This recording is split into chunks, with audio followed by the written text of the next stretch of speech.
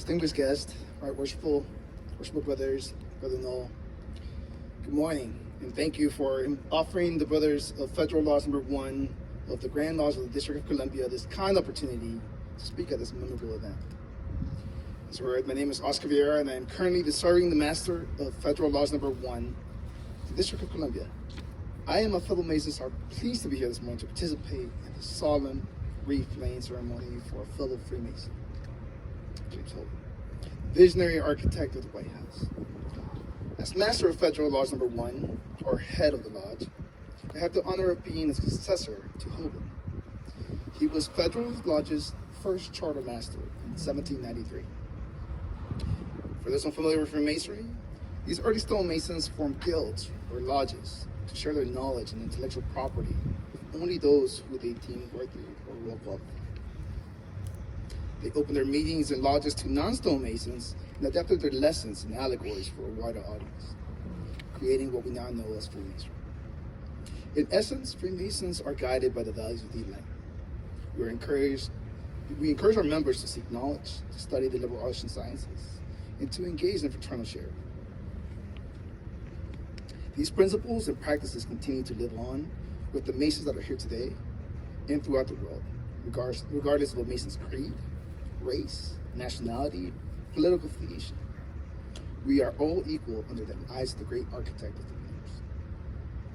While our American roots go back to before the American Revolution, many Americans learned about Freemasonry through some of the more best-known founding fathers and prominent citizens, including George Washington, Benjamin Franklin, Paul Revere, John Hancock, and our very own James Hoban.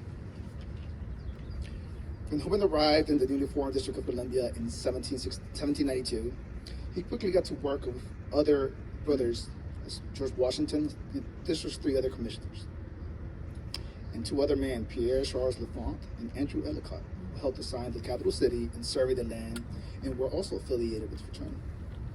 In fact, Sutter's Tavern, the tavern where Washington, Jefferson, and the commissioners met and conducted their business in Georgetown, also happened to be where the city's earliest Masons met. Given the distance between Georgetown and what would become the National Mall, Hoban and around 150 workmen set up shop around the White House and Capitol work sites. In 1793, he and 7 other workers, all Freemasons, met and agreed to form their own Masonic lodge. They named it Federal Lodge. Federal served as a place where Hoban and his companions could unwind after a long day's work building the White House to discuss interesting topics, enjoy fellowship, and share values with others. Freemasonry served as one of the first melting pots in Washington. Federal and other future DC lodges became places where Irish, Scottish, English, French, Spanish, and German Masons met and broke bread together, a testament to the inclusive nature of Freemasonry. While they may not have shared the same language, religion, or even political interests, Freemasonry served as a common thread that brought them together, along with a strong desire to build the nation's institutions, brick by brick. Hoban developed Federal alongside other Masons that may be familiar to those who research the White House. Colin Williamson, for example, was a charter member of our lodge and worked with Hoban as a chief stonemason. Several stonemasons from lodges in Edinburgh, Scotland, sailed across the Atlantic to help build the White House and the U.S. Capitol. Pierre Purcell, one of Hoban's colleagues in South America, joined the lodge and became the White House's chief carpenter. Dr. Frederick May worked as the crew's physician, while lodge member Middleton Belt provided meat and other provisions.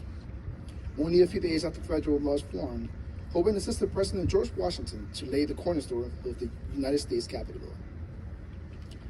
Artwork of the seminal event is painted in the hallway outside the entrance of the House of Representatives chamber in the U.S. Capitol building.